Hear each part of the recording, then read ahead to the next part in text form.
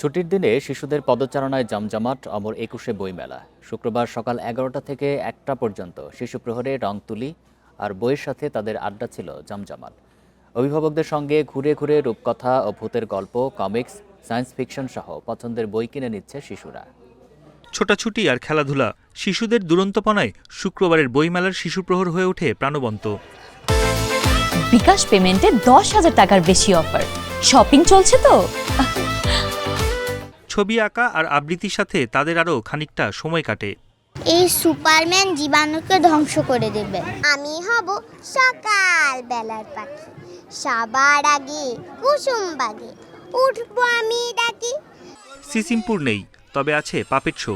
সেটা ঘিরে উচ্ছ্বাসের শেষ নেই। হই হুল্লোড়ে একাকার বইমেলা প্রাঙ্গণ।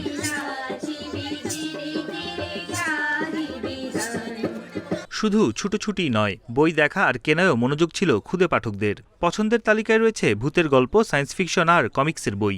বাচ্চাদের ছড়াদের বই দেখেছি, ইংলিশ একটা ছড়ার বই, ওটা আমার খুব পছন্দ হয়েছে।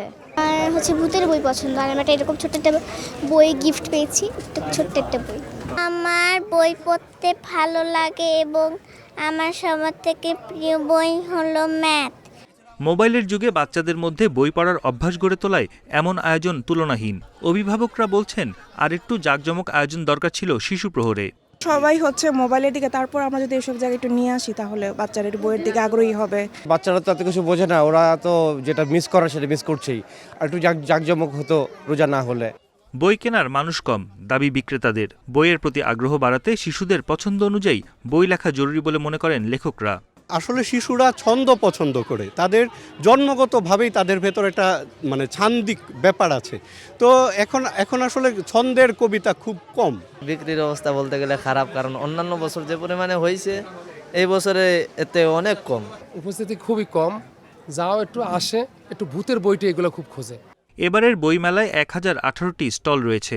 শুক্র ও শনিবার ছুটির দিনে সকাল ১১টা থেকে দুপুর ১টা পর্যন্ত থাকে শিশু প্রহর।